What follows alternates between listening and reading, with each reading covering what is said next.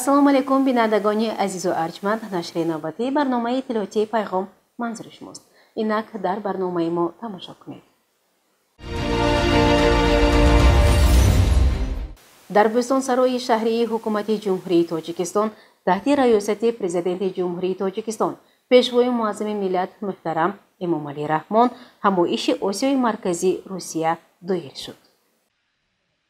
9 октябр дар бӯстонсарои шаҳрии ҳукумати ҷумҳурии тоҷикистон таҳти раёсати президенти ҷумҳурии тоҷикистон пешвои миллат муҳтарам эмомалӣ раҳмон ҳамоиши осиёи марказӣ Русия баргузор шуд. дар макони чорабинӣ кохи ҳамоишҳо президенти ҷумҳурии тоҷикистон пешвои миллат муҳтарам эмомалӣ раҳмон сарони давлатҳои иштирокдори ҳамоишро як гарму самимӣ истиқбол гирифтанд. барои иштирок дар ин ҳамоиш сарони давлатҳои осиёи марказӣ ва Русия президенти ҷумҳурии тоҷикистон муҳтарам эмомалӣ раҳмон, президенти ҷумҳурии Қазоқистон муҳтарам Қосимҷомарт Токаев, президенти ҷумҳурии Қирғизистон муҳтарам Садир Жапаров, президенти Федератсияи Русия муҳтарам Владимир Путин, президенти Туркманистон муҳтарам Сердар Бердимухаммедов ва президенти ҷумҳурии Узбекистон муҳтарам Шавкат Мирзиёев ба ҳам омаданд. дар толори бошукӯҳи саразм ҳамоиши дуюми Осиёи марказӣ Русия таҳти раёсати президенти ҷумҳурии Тоҷикистон пешвои миллат муҳтарам Эмомалӣ Раҳмон ба кори худ оғоз кард.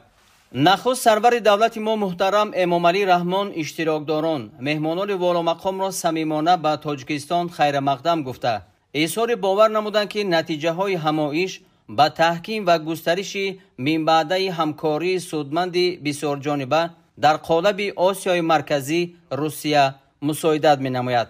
роҳбари давлати мо муҳтарам Эмомалӣ Раҳмон таъкид намуданд ки рӯзномаи нишаст масоили муҳими ҳамкории минтақавиро дар бар мегирад. густариши робитаҳои тиҷоративу иқтисодӣ, мусоидат ба афзоиши сармоягузорӣ, рушди ҳамкории гуманитарӣ ва таҳкими амнияти минтақавӣ аз ҷумлаи самтҳои афзалиятнок номида шуд. изҳори итминон карда шуд ки қарорҳои аз рӯи натиҷаҳои муҳокима қабулшаванда ба таҳкими рӯҳияи ҳамбастагӣ ва ҳамдигарфаҳмӣ миёни кишварҳои иштирокдори қолаби Осиёи марказӣ Русия замина мегузорад. президенти кишвари мо муҳтарам Эмомалӣ Раҳмон иброз доштанд ки иштироки фаъоли сарони давлатҳо ва ниҳодҳои дахлдори онҳо ҳадафмандии ҷонибҳоро ба рушди муколама ва таҳкими ҳамкории стратегӣ миёни кишварҳои минтақа ва Федератсияи Русия нишон медиҳад. дар идома ба масъалаҳои таҳкими робитаҳои тиҷоративу иқтисодӣ, сармоягузорӣ ва гуманитарӣ, инчунин ба саъю кӯшишҳои муштарак баҳри таъмини субот ва амнияти минтақавӣ таваҷҷӯҳи махсус зоҳир карда шуд. дар идомаи ҳамоиш сарони ҳамаи давлатҳои иштирокдор сухан ронда доир ба мавзӯъҳои мубрами матраҳ изҳори андеша карданд. дар фарҷом кори ҳамоиши Осиёи марказӣ Русияро президенти ҷумҳурии Тоҷикистон пешвои миллат муҳтарам Эмомалӣ Раҳмон ҷамъбаст карда ба иштирокдорони он барои кори созандаву судманд изҳори сипос намуданд. аз рӯи натиҷаи кори ҳамоиш эъломияи ҷамъбастии ҳамоиши Осиёи марказӣ Русия ва нақшаи амали якҷоя барои солҳои 2025-2027 қабул гардид.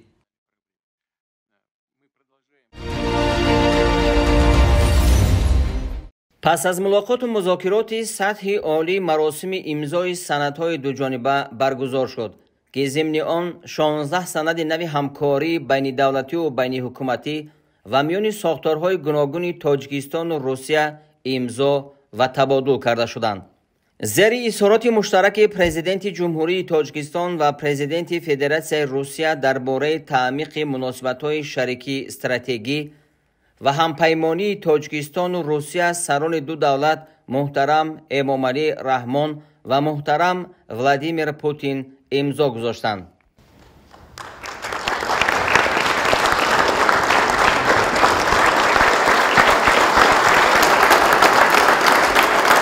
15 санади дигар инҳоянд. нақшаи чорабиниҳо оид ба афзоиши ҳаҷми савдои мутақобила миёни ҷумҳурии тоҷикистон ва федератсияи русия барои солҳои 2025-2030. созишномаи сармаягузорӣ миёни ҳукумати ҷумҳурии тоҷикистон ва консорсиуми гурӯҳи ширкатҳои БТК оид ба амалисозии лоиҳаи ташкили кластери саноати сабуки гурӯҳи ширкатҳои БТК дар ҷумҳурии тоҷикистон. созишнома миёни ҷумҳурии тоҷикистон ва федератсияи русия дар бораи мақоми ҳуқуқии намояндагиҳои мақомоти салоҳиятдор оид ба масъалаҳои корҳои дохилӣ ва муҳоҷират дар ҷумҳурии тоҷикистон ва федератсияи русия. созишнома миёни ҳукумати ҷумҳурии тоҷикистон ва ҳукумати федератсияи русия дар бораи муоинаи тиббии шаҳрвандони ҷумҳурии тоҷикистон барои ворид шудан ба ҳудуди федератсияи русия бо мақсади амалӣ намудани фаъолияти меҳнатӣ. протокол дар бораи ворид намудани тағйирот ба созишнома миёни ҳукумати ҷумҳурии тоҷикистон ва ҳукумати федератсияи русия оид ба ҷалби муташаккилонаи шаҳрвандони ҷумҳурии тоҷикистон барои амалӣ намудани фаъолияти меҳнатии муваққатӣ дар ҳудуди федератсияи русия аз 17 апрели соли 2019. созишнома дар бораи ҳамкорӣ миёни гвардияи миллии ҷумҳурии тоҷикистон ва хадамоти федералии қушунҳои гвардияи миллии федератсияи русия. созишнома миёни кумитаи давлатии идораи замин ва геодезии ҷумҳурии тоҷикистон ва хадамоти федералии ба қайдгирии давлатӣ, кадастр ва харитасозии федератсияи русия оид ба ҳамкорӣ бо мақсадҳои рушд ва ғанигардонидани геопортали инфрасохтори маълумоти фазоии давлатҳои иштирокчии иттиҳоди давлатҳои мустақил. харитаи роҳ оид ба ҳамкориҳо дар самти нақлиёт барои солҳои 2025-2030 миёни вазорати нақлиёти ҷумҳурии тоҷикистон ва вазорати нақлиёти федератсияи русия. ёддошти тафоҳум дар самти мубориза бар зидди вабо миёни вазорати тандурустӣ ва ҳифзи иҷтимоии аҳолии ҷумҳурии тоҷикистон ва хадамоти федералии назорат оид ба ҳифзи ҳуқуқи истеъмолкунандагон ва некуаҳволии инсони федератсияи русия. ёддошти тафоҳум миёни кумита оид ба таҳсилоти ибтидоӣ ва миёнаи касбӣ назди ҳукумати ҷумҳурии тоҷикистон ва вазорати маорифи федератсияи русия оид ба ҳамкорӣ дар соҳаи таҳсилоти миёнаи касбӣ, таълими касбӣ дахлдори иловагӣ ва таълими касбӣ. харитаи роҳ миёни вазорати саноат ва технологияҳои нави ҷумҳурии тоҷикистон ва корпоратсияи давлатии энергияи атомии росатом оид ба татбиқи санҷиши пеш аз лоиҳавии радиатсионӣ ва тадқиқоти партовгоҳи деҳмой дар ҷумҳурии тоҷикистон ва таҳияи асосҳои молиявии иқтисодии безараргардонии он. ёддошти тафоҳум миёни хадамоти назорати давлатии тандурустӣ ва ҳифзи иҷтимоии аҳолии ҷумҳурии тоҷикистон ва хадамоти федералии назорат дар соҳаи тандурустии федератсияи русия. ёддошти тафоҳум миёни хадамоти алоқаи назди ҳукумати ҷумҳурии тоҷикистон ва хадамоти федералии назорати алоқа, технологияҳои иттилоотӣ ва коммуникатсияи оммавии федератсияи русия оид ба масъалаҳои истифодаи спектри радиобасомат, муқовимат ба паҳншавии иттилоот ва ё захираҳои иттилоотии ғайриқонунӣ дар шабакаи интернет, муқовимат ба зангҳои қаллобӣ ҳангоми расонидани хизматрасониҳои алоқа. созишномаи сармаягузорӣ миёни ҳукумати ҷумҳурии тоҷикистон, корхонаи воҳиди давлатии коргоҳи мошинасозии назди вазорати саноат ва технологияҳои нави ҷумҳурии тоҷикистон ва шахси ҳуқуқӣ ваколатдори федератсияи русия оид ба таъсиси парки саноатии тоҷикистон ва русия. созишномаи ҳамкорӣ миёни агентии хизмати давлатии назди президенти ҷумҳурии тоҷикистон ва академияи русиягии хоҷагии халқ ва хизмати давлатии назди президенти федератсияи русия.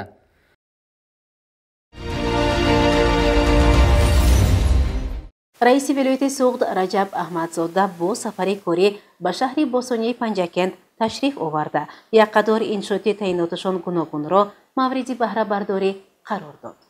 раиси вилояти суғд муовини якуми раиси маҷлиси миллии маҷлиси олии ҷумҳурии тоҷикистон Раҷаб Аҳмадзода бо сафари корӣ ба шаҳри босонии Панҷакент ташриф овард. роҳбари вилоятро раиси шаҳри Панҷакент Абдухолиқ Холиқзода ва шахсони расмӣ дар мавзеи дашти қозӣ самимона пешвоз гирифтанд. сафари корӣ аз боздиди коргоҳи истеҳсолӣ оғоз ёфта, нахуст аз рафти фаъолияти корхонаи муштаракии ҷамъияти дорои масъулияташ маҳдудӣ Buratek Tajikistan Mining Investment Limited ва муаррифии лоиҳаи истеҳсоли сурмаи ҷамъияти дорои масъулияташ маҳдудӣ Kanzi Diyor шинос гардид.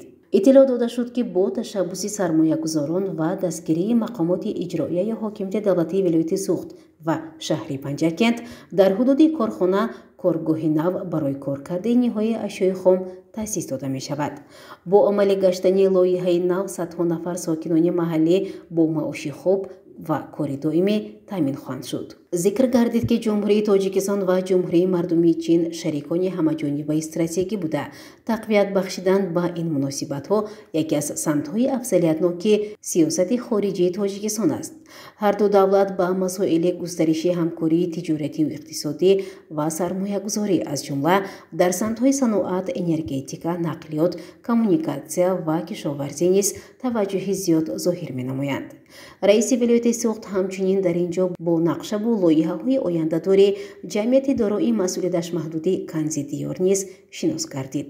бояд гуфт ки фаъолияти асосии ин коргоҳ истеҳсоли сурма ба ҳисоб рафта, ширкат бо сармоягузории 500 миллион сомонӣ бунёд гардида, бо ифтитоҳи он 500 нафар бо ҷойи кори доимӣ ва маоши баланд таъмин шуда дар як шабонарӯз бо иқтидори аз 1000 то 2000 тонна маъдан истеҳсол мекунанд. раиси вилояти Суғд барои фаъолияти минбаъда ва рушди соҳаи саноат ва тараққиёти ин соҳа дастурҳо дод. дар назди муассисаи таҳсилоти миёнаи умумии рақами 52-юми деҳаи зери ҳисор ки номи адиби маъруф Мастон Шералиро дорад, бо иштироки раиси вилояти Суғд Раҷаб Аҳмадзода толори варзишии замонавӣ ва осорхонаи ӯ ифтитоҳ ёфт. зимни суханронӣ раиси вилояти Суғд аз бунёдкориву ободкориҳои шаҳру деҳоти Панҷакент ибрози андеша карда, изҳор дошт ки Панҷакент рӯз аз рӯз зебову дилрабо гаштааст ва ин ҳама аз меҳанпарастии ҳар як сокини бо фарҳангу бо маданияти шаҳри бостонии Панҷакент мебошад. баҳри ободии диёр ҳама мекӯшанд то шаҳрашон боз ҳам ободу пешрафта гардад. бо мақсади рушди соҳаи варзиш, ҷалби бештари наврасон ба намудҳои он, ташаккули тарзи ҳаёти солим, бо дастгирии мақомоти иҷроияи маҳаллии ҳокимияти давлатӣ ва саҳмгузории сокинони деҳа, хоса соҳибкори маҳаллӣ Абдушафеъ Ҳоҷиев, ин толори варзишии замонавӣ ва осорхонаи Мастон Шералӣ бунёд карда шуд. зикр гардид ки баҳри сарсабзии диёри маҳбубамон, мардуми бошарафи Панҷакент суханони пешвои муаззами миллат муҳтарам Эмомалӣ Раҳмонро сармашқи кору зиндагии худ дониста боз ҳам мекӯшанд то дар бунёди боғчаву дабистон, коргоҳу марказҳои савдо саҳми арзандаи худро гузоранд. бояд гуфт ки соли равон дар тамоми кишвар аз ҷумла шаҳру деҳоти Панҷакент 90-солагии яке аз шоири маъруфу маҳбуб драматургнависи тоҷик Мастон Шералӣ бо баргузории чорбиниҳои гуногуни хотирмон таҷлил карда мешавад. чун шаҳри Панҷакент макони шоиру нависандагони номии Тоҷикистону ҷаҳон аст, мактабу кӯчаҳо ба номи ин шахсони абадзинда гузошта шудааст. бо иштироки раиси вилояти Суғд Раҷаб Аҳмадзода дар ин ҷамоат маҷмӯи фарҳангӣ, сайёҳӣ ва ҳунаромӯзии Ансорӣ мавриди истифода қарор гирифт. иншоти мазкур бо саҳми бародарон Ансориҳо, соҳибкор Мамнунхон Ансорӣ ва вакили маҷлиси вакилони халқи вилояти Суғд Муаззамхон Ансорӣ бунёд шуда, ҳадаф аз он эҳёи ҳунарҳои мардумӣ арҷ гузоштан ба таърих буда. дар ошёнаи якум хонамӯзаи адибпарвари номӣ Файзулло Ансорӣ ташкил карда шудааст. ёдовар шуд ки Файзулло Ансорӣ соли 1931 дар деҳаи Негноти шаҳри Панҷакент дар оилаи хизматчӣ ба дунё омадааст. шодравон Ансорӣ узви иттифоқи нависандагони Тоҷикистон буда, нахустин маҷмӯаи ашъори шоир Гулдастаи дӯстӣ буда. мавзӯи эҷодиёташ ишқ, меҳру муҳаббат, садоқат ба ватан, ба миллати тоҷик, эҳё намудан, садоқат ба ватан, эҳё намудан ва гиромидошти фарҳанг, забон, таъриху анъанаҳои миллӣ, ба ҷо овардани иззату ҳурмати калонсолон, пирони рӯзгордидаро фарогир аст. ба гуфти адибон Файзулло Ансорӣ шоири нотакроре буд. пьесаи имтиҳон яке аз асарҳои дарозумртарин, маъмултарин, машҳуртарин ва сертамошобинони Ансорӣ ба ҳисоб меравад. ҳамзамон ӯ сазовори ҷоизаҳои гуногун гашта буд. дар маҷмӯи ба номи Ансорӣ ҳамчунин коргоҳи дӯзандагӣ таъсис дода шудааст ки минбаъд 10 нафар духтарону бонувон бо дӯзандагӣ шуғл меварзанд. дастур дода шуд то барои бонувон имтиёзҳо дода шуда минбаъд баҳри эҳёи ҳунарҳои мардумӣ, сӯзанидӯзиву гулдӯзӣ, қуруқдӯзиву бофандагӣ тадбирҳо андешида шавад. барои дӯстдорони китоб, китобхонаи муосир бо шароити хуби мутолиа ташкил карда шудааст. дар маҷмӯи фарҳангӣ, сайёҳӣ ва ҳунаромӯзии Ансорӣ меҳмонхонаи замонавӣ бо нигоҳи таърихӣ бунёд карда шудааст.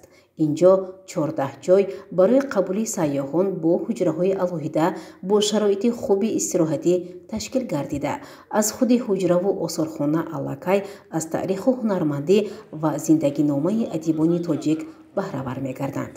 баҳри сарсабзии ин диёр раиси вилояти суғд ниҳолҳои ҳамешасабз шинонид. ҳамзамон дар рафти ифтитоҳи маҷмӯа раиси вилояти суғд бо собиқадорони меҳнат, пирони рӯзгордидаи ҷамоати деҳотӣ рӯдакӣ ки калонсолтаринашон 97 сола буд, суҳбат намуда барояшон тӯҳфаҳои хотиравиро эҳдо намуд. сокинон дар навбати худ барои ғамхориву дастгирии ҳамешагии сарвари давлат, пешвои муаззами миллат муҳтарам Эмомалӣ Раҳмон ва роҳбарияти вилоятушаҳр дасти дуо бардоштанд. дар идомаи сафари корӣ раиси вилояти суғд Раҷаб Аҳмадзода аз рафти корҳои сохтмонии маркази саломатии деҳаи Некнот шинос гардид. лоиҳакаши ин иншоот ҷамъияти дорои масъулияташ маҳдуди мусаввир буда, пудрачӣ ҷамъияти саҳомии кушодаи асли шаҳри Панҷакент ба ҳисоб меравад. иншооти иҷтимоӣ аз 2 ошёна ва ҳуҷраҳои махсуси табобатӣ иборат буда, бо ифтитоҳи он мардум метавонанд ба маркази шаҳр ва ё вилояту пойтахт нарафта дар ин ҷо аз духтарони ботаҷриба дар ҳуҷраҳои табобатии муосир тавсияву муолиҷаҳо гиранд. бо иштироки раиси вилояти суғд барои бунёди боз як иншооти муҳим муассисаи таҳсилоти миёнаи умумии рақами 13 санги асос гузошта шуд. дабистон дар деҳаи Негнот ҷойгир буда ба номи Файзулло Ансорӣ гузошта шудааст. мактаб аз 3 ошона иборат буда, дорои 30 синфхона, ошхонаву толори варзишӣ ва ҳуҷраҳои махсуси фаннии муосирӣ хоҳад гашт. агар хонандагон дар соли оянда инҷо таълим гиранд, пас сокинони деҳаи хушдараи ҷамоати деҳоти Шин ки имрӯз дар таълимгоҳи нав илм меомӯзанд. зеро муассисаи таҳсилоти миёнаи умумии рақами 124 ки аз синфхонаҳои барҳаво шароити хуби донишомӯзӣ муҳайё шудааст, дар фазои тантанавӣ кушода шуд. таъкид гардид ки ифтитоҳи иншооти таълимӣ тӯҳфаи арзандаест дар арафаи 35-мин солгарди истиқлоли давлатии ҷумҳурии Тоҷикистон барои сокинон.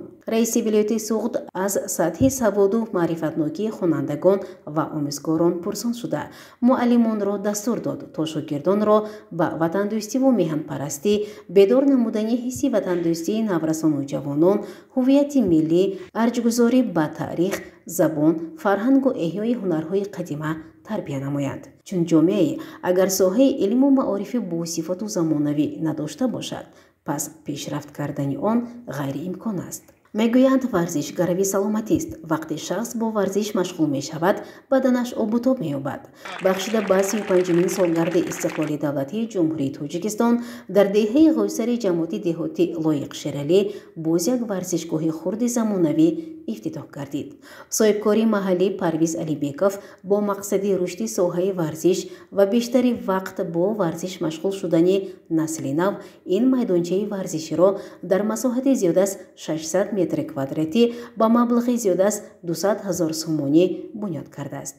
умед карда шуд ки бо кушодашавии чунин варзишгоҳҳои муосир шумораи варзишгарон бештар гардида, дар оянда ширкаткунандагони мусобиқаҳои гуногуни ҷумҳуриявию ҷаҳонӣ зиёд мешаванд ва парчамбардорону номбардорони давлату миллат зиёд мегарданд. дар идомаи сафари корӣ раиси вилояти суғд Раҷаб Аҳмадзода аз нашъунамои ҳосили фаровони сабзиву булғорӣ дар хоҷагии деҳқонии Мирзо Бобо Қиёмов шинос шуд. Бо сардории роҳбари ин хоҷагӣ дар 5 гектар замин боғ бунёд карда шуда. Дар наздик 21 гектар замини корам меваву сабзавот аз ҷумла сабзӣ, пиёз, картошка, булғорӣ, ҷуворидон ва монанди инҳо сабзавот кишт карда шудааст. ҳамчунин обу ҳавои мусоид замин ва обро самаранок истифода бурда дар ин заминҳо сабзиву картошка, ҷуворӣ ва монанди инҳоро киштӣ такрорӣ карданд. дар ҳамин ҷо ҳосили фаровони ин хоҷагӣ ба намоиш гузошта шуда лоиҳаҳои заминҳои обёришаванда воқеъ дар деҳаи сӯфиёни ҷамоати деҳотии Халифа Ҳасан муаррифӣ карда шуд. бахшида ба 35-мин солгарди истиқлоли давлати ҷумҳурии Тоҷикистон боз як иншооти ҷашни мавриди истифода қарор гирифт. бо иштироки раиси вилояти суғд Раҷаб Аҳмадзода варзишгоҳи хурд дар назди ҷамъияти дорои масъулияташ маҳдуди Шифо кушода шуд. барои хуштар гардидану насли ҷавон ба ин ҷо омада бо варзиш машғул шудан соҳибкорон тадбирҳои амалӣ андешиданд. барои варзишгарони ҷавону умедбахш аз ҷониби роҳбари вилоят тӯҳфаҳо тақдим карда шуд. ҳамчунин раиси вилояти суғд дар ин мавзеъ аз рафти корҳои сохтмонӣ дар маркази Оши Палов шинос шуда ҷиҳати саривақт ба итмом расонидани корҳои сохтмонӣ ва бо тарҳи зебову миллӣ сабзу хуррам намудани ин маркази навбунёдшаванда вазифагузорӣ кард. ҳамзамон вобаста ба заминаи мусоид фароҳам овардан ба рушди моҳипарварӣ ташкил намудани ҳавзҳо барои моҳиҳо масъулин дастурҳо гирифтанд. дар кӯчаи 50-солагии Тоҷикистон боз як адад манзили истиқоматии баландошона зиёд мегардаду намои шаҳр боз ҳам зеботар мешавад. раиси вилояти суғд Раҷаб Аҳмадзода ба сохтмони ин иншооти муҳими иҷтимоӣ сангӣ асос гузошт. бояд гуфт ки бинои баландошонаи истиқоматӣ барои кормандони соҳаҳои иҷтимоӣ аз ҷумла фарҳангу маориф, тандурустӣ, зиёиён ва хизматчиёни давлатӣ пешбинӣ шуда дар таҳхонаи ин иншоот китобхонаи муосир бо забонҳои тоҷикиву хориҷӣ ҷойгир карда мешавад. дар ошёнаи якум ва дуюм бошад бинои маъмурии шӯъбаи маорифи шаҳр ҷойгир карда мешавад. ҳамчунин дар ҳамин ҷо ба раиси вилояти суғд лоиҳаи деҳаи нав дар ҷамоати деҳотӣ Вору муаррифӣ карда шуд. иттилоъ дода шуд ки дар доираи ҳамкориҳои ҳукумати ҷумҳурии Тоҷикистон бо Амороти Муттаҳидаи Араб бо дастгирии мақомоти иҷроияи маҳаллии ҳокимияти давлати шаҳри Панҷакент ва сармоягузории ташкилоти байналмилалии хайриявии Шарҷа аз ҷониби ташкилоти ҷамъиятии хайриявии Тоҷикистон дар қариби деҳаи Гулистони ҷамоати деҳоти Вору деҳаи нав бунёд карда мешавад. тибқи лоиҳа дар навбати аввал дар деҳаи нав барои 25 оилаи эҳтиёҷманди ин ҷамоат хонаҳои истиқоматии дорои сеҳуҷрагӣ ва дигар ҳуҷраҳои ёрирасон сохта шуда хатти барқ ва оби нӯшокӣ низ гузаронида шуда бунёди бинои муассисаи таълимӣ ва нуқтаи тиббӣ дар назар дошта шудааст. ба ҳамаи сохтмончиён дастур дода шуд то дар вақти корҳои сохтмонӣ меъёрҳои сохтмониву меъморӣ ва сифати масолиҳи сохтмонӣ дар мадди аввал гузошта шавад. дар доираи сафари кории раиси вилояти суғд Раҷаб Аҳмадзода ҳамзамон чанде аз собиқадорони меҳнат нафароне ки чун дигарон ба давлату миллат хизмати шоиста карда имрӯзҳо давлати пирӣ мебинанд аёдат кард. дар суҳбат бо собиқадорон роҳбари вилоят аз таваҷҷӯҳи хосаи ҳукумати кишвар ба соҳаҳои гуногун ва саҳми шахсони соҳибтаҷриба дар роҳи ба воя расонидани насли ҷавон ёдоварӣ карда ба собиқадорон тансиҳативу хотирҷамъӣ ва хушиҳои рӯзгоро таманно намуда барояшон кӯмакҳои моддӣ расонид. аёдатшудагон дар навбати худ барои чунин ғамхориву меҳрубонӣ ба сарвари давлат муҳтарам Эмомалӣ Раҳмон ва роҳбарияти вилояти шаҳр изҳори сипос намуда даст бар дуо бардоштанд. гузориши Муъинса Тамулоева, Талабшо, Тошев.